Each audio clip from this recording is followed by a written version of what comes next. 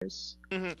Ma'am, naay kuan ma'am, naay mga nagpadayog concern, ilabi pa sa mga taga Island Garden City of Samal, mahuman daw ang SIDC ma'am kining tulay, mas dadaw puruhan nga gusto po nila nga magpa-supply o na lang og tubig sa Island Garden City of Samal kay lagi kuwang ang water sources sa Island Garden City of Samal di gid malibot. Pero sa diri ma'am sa hisgutanan sa Davao City Water District, napay kapasidad ta ma'am, kaya ba sa ato ang supply ma'am nga mo supply pa sa Samal? Davao City kasi is surrounded by ridges na daghan gyud ta potential na pwede pa ma-develop na sources.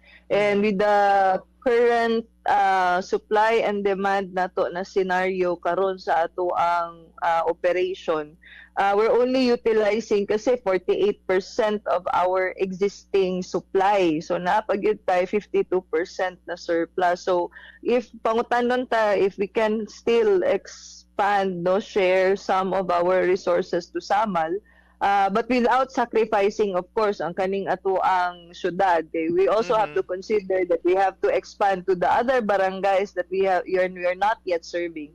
Pwede pa gyud ta maka-provide. In fact, isa sa ato ang gisugyot, no, gihangyo sa DPWH when the bridge was still in its planning stage, Mhm.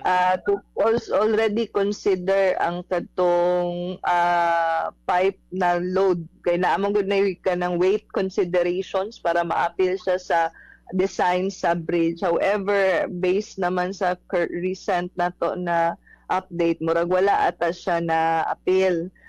But Mm. that remains a possibility because there are also other ways that we can extend naman the pipeline going to Samal. Specifically, ang kaning pwede ta mag-lay og pipeline under the water, Mhm. which has been done for Boracay. Mhm. So nanatay technology na pwede i-benchmark.